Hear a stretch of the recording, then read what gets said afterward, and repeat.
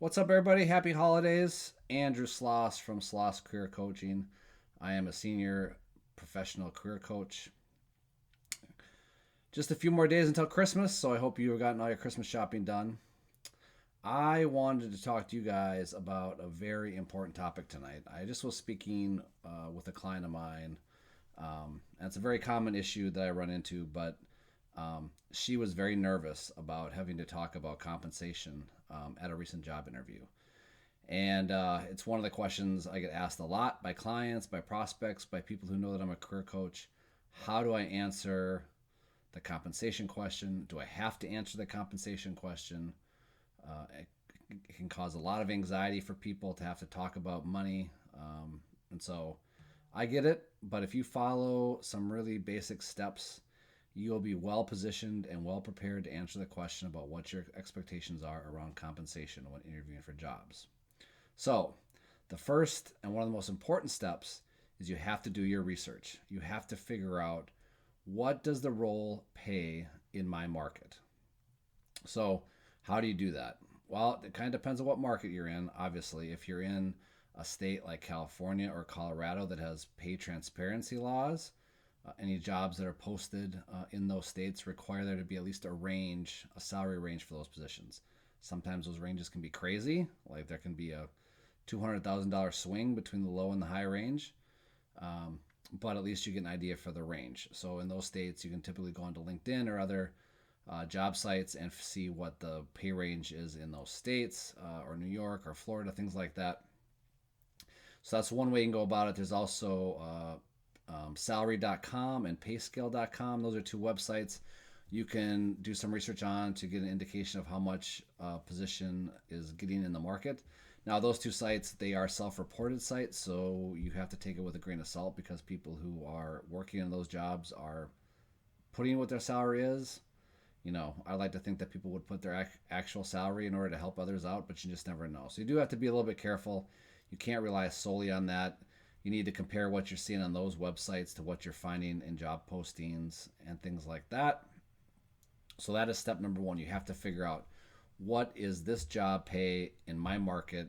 If you can't find that job in your market where you can find a salary, find it in a comparable market, but you have to know what that job is typically paying, right?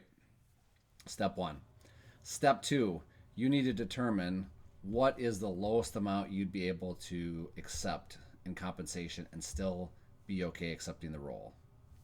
And this can be tough, especially if you're currently out of work, or you're desperately trying to get out of a bad job.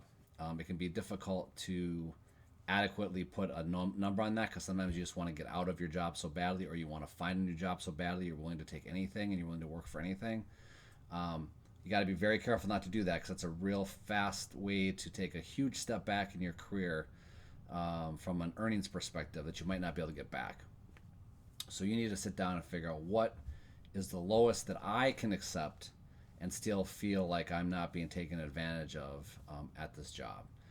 So let's just say for the sake of this video, you have to make at least $100,000. That's the bare minimum. $100,000 is the least amount you would take for the job. Great, you know your basement level. That's as low as you'd possibly go from a comp perspective. The third step is, what do you want to be at? Where do you want to be at from a compensation perspective? So um, maybe you want to be at 120 or 125. So you have your basement. You can't go lower than 100. We prefer that 125. You have done your research. You figure out that the market is paying these jobs from anywhere between $90,000 to $135,000. So you have your market research, you have your own preferences, so you know that $90,000 to $135,000 is the range you found. Your range needs to be, the amount that you want to get, the 125, that needs to be within your range. So the next step would be then, so you have this information, so you're on a call with a recruiter. It's a phone screen, maybe it's the first call with the hiring manager and you haven't talked about comp yet, and they say, hey, you know what, we just want to make sure that we're not wasting each other's time. can you give me an idea what you're looking like, what you're looking for, sorry, in total comp for your next position? You say, well, look, I I am looking for a position that is between 120,000 and 130,000, but I'm flexible. Does that fit within the range of this job? The end. That's all you say. So you have in the range you've given them, you have your low end, you have your preferred, and you have a little bit of high end. I would probably tell you not to start, even though what I just did, I'd probably tell you if you the lowest you're willing to go is 120. I would probably say that you're looking for a range between 125 and 140 because your preferred amount is the 125, and that's all you gotta do. So again, you say, I am looking for my next position to be in the range of between 125 and 140, but I'm flexible.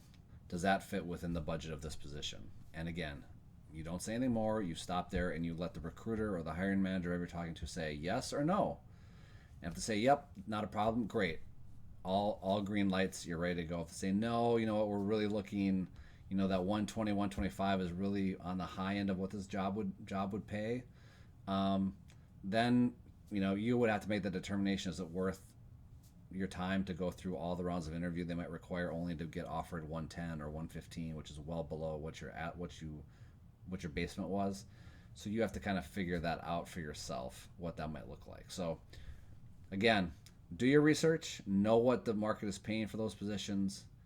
Make sure you know what is the lowest amount you'd be willing to accept and still take the job. And then also make sure you know what is your ideal. What are you hoping to make in this job? Once you have those numbers, you can give any recruiter, any hiring manager, anybody you interview with the range you're looking for, and you'll be good to go. Let me know if you have any questions. Put them in the comments. See ya.